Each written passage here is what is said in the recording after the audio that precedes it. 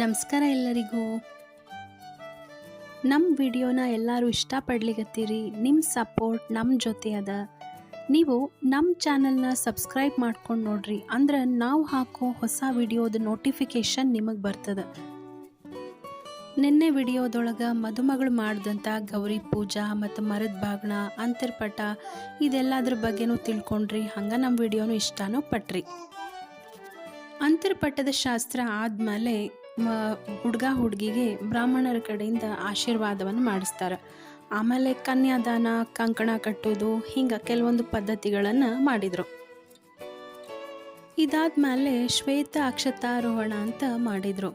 ಅಂದ್ರೆ ಬಿಳಿ ಅಕ್ಕಿಗೆ ಹಾಲು ಮತ್ತು ತುಪ್ಪನ ಕಲಸಿ ಹುಡುಗ ಮತ್ತು ಹುಡುಗಿ ಕೈಯೊಳಗೆ ಕೊಡ್ತಾರೆ. ಮದುಮಗಳು ಎದ್ದು ನಿಂತ್ಕೊಂಡು ವರನ ತಲೆ ಮೇಲೆ ಹಾಕಿದ್ರೆ ವರ ಕೂತ್ಕೊಂಡಲ್ಲೇ ವಧುವಿನ ತಲೆ ಮೇಲೆ ಹಾಕ್ತಾರೆ. ಇದಕ್ಕನ ಶ್ವೇತ ಅಕ್ಷತಾರೋಹಣ ಅಂತ ಕರೆಯೋದು. ಆಮೇಲೆ ಬರೋದನ್ನ ಮಾಂಗಲ್ಯ ಧಾರಣ. ಲಗ್ನದ ಮುಖ್ಯ ಭಾಗ ಅಂದ್ರೆ ಅದು ಮಾಂಗಲ್ಯ ಧಾರಣ. ಇದು ಅತ್ಯಂತ ಪವಿತ್ರ ಮತ್ತು ವಿಶೇಷವಾದಂಥ ಪದ್ಧತಿ. ಮಂಗಳಸೂತ್ರ ಅನ್ನೋದು ಬರೀ ಒಂದು ಆಭರಣ ಮಾತ್ರ ಅಲ್ಲ, ಬದಲಿಗೆ ದಾಂಪತ್ಯ ಜೀವನದ ಪಾವಿತ್ರ್ಯತೆ, ಬದ್ಧತೆ ಮತ್ತು ರಕ್ಷಣೆಯ ಒಂದು ಸಂಕೇತ.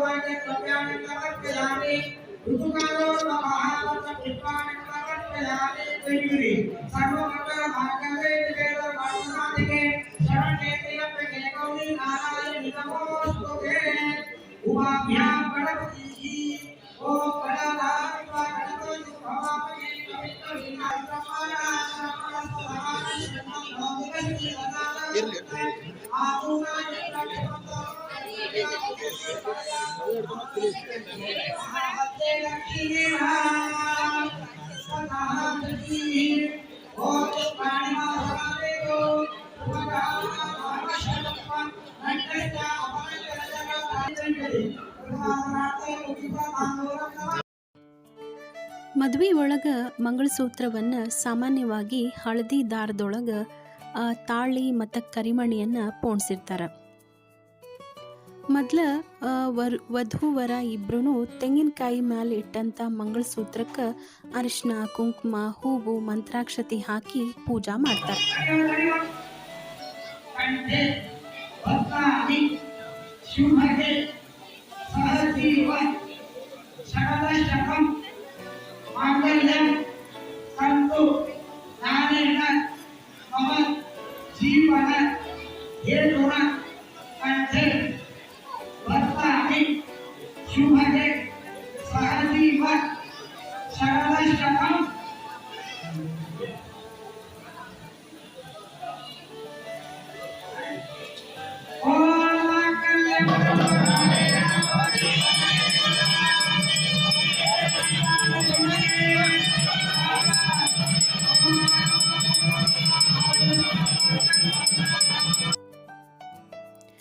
ಮದುಮಗ ಮದುಮಗಳ ಕುತ್ತಿಗೆಗೆ 3 ಗಂಟು ಹಾಕಿ ಮಂಗಳಸೂತ್ರವನ್ನು ಗುರು ಹಿರಿಯರ ಸಮ್ಮುಖದೊಳಗೆ ಕಟ್ತಾನ.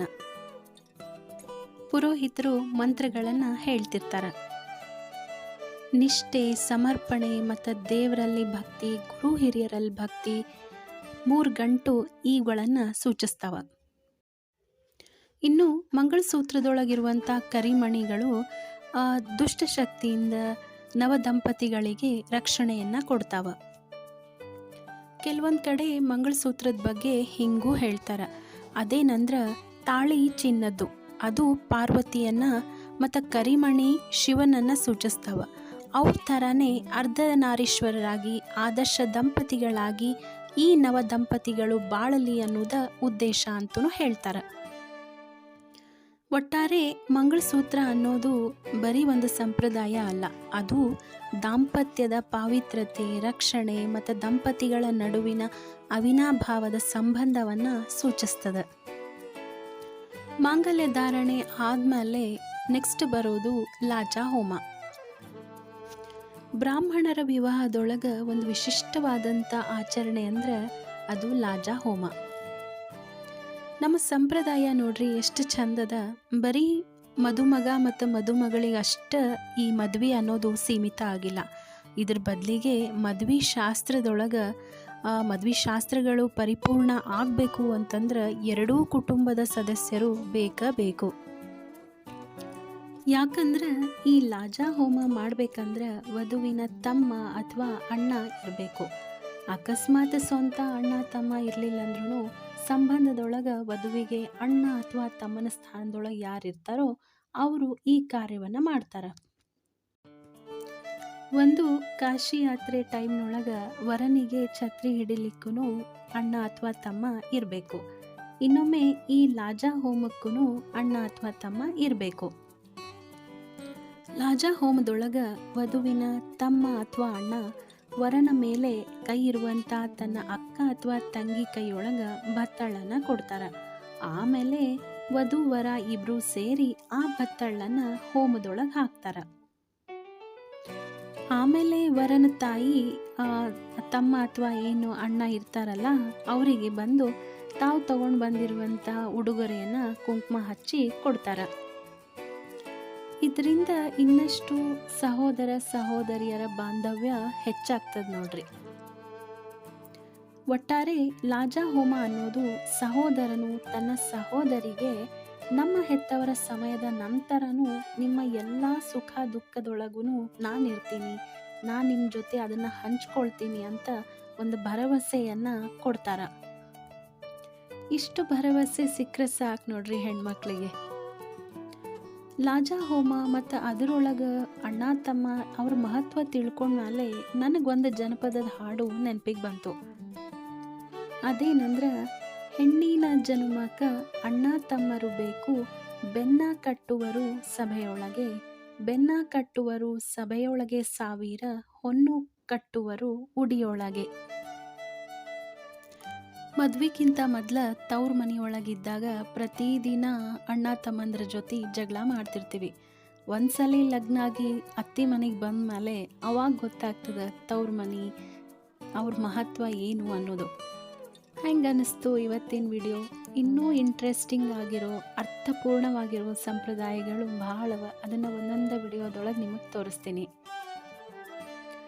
ಈ ವಿಡಿಯೋ ನಿಮ್ಗೆ ಇಷ್ಟ ಆಗಿತ್ತಂದ್ರೆ ಈ ವಿಡಿಯೋನ ಲೈಕ್ ಮಾಡಿರಿ. ನಿಮ್ಮ ಫ್ರೆಂಡ್ಸ್ ಆ್ಯಂಡ್ ಫ್ಯಾಮಿಲಿ ಮೆಂಬರ್ಸಿಗೂ ಈ ವಿಡಿಯೋನ ಶೇರ್ ಮಾಡಿರಿ.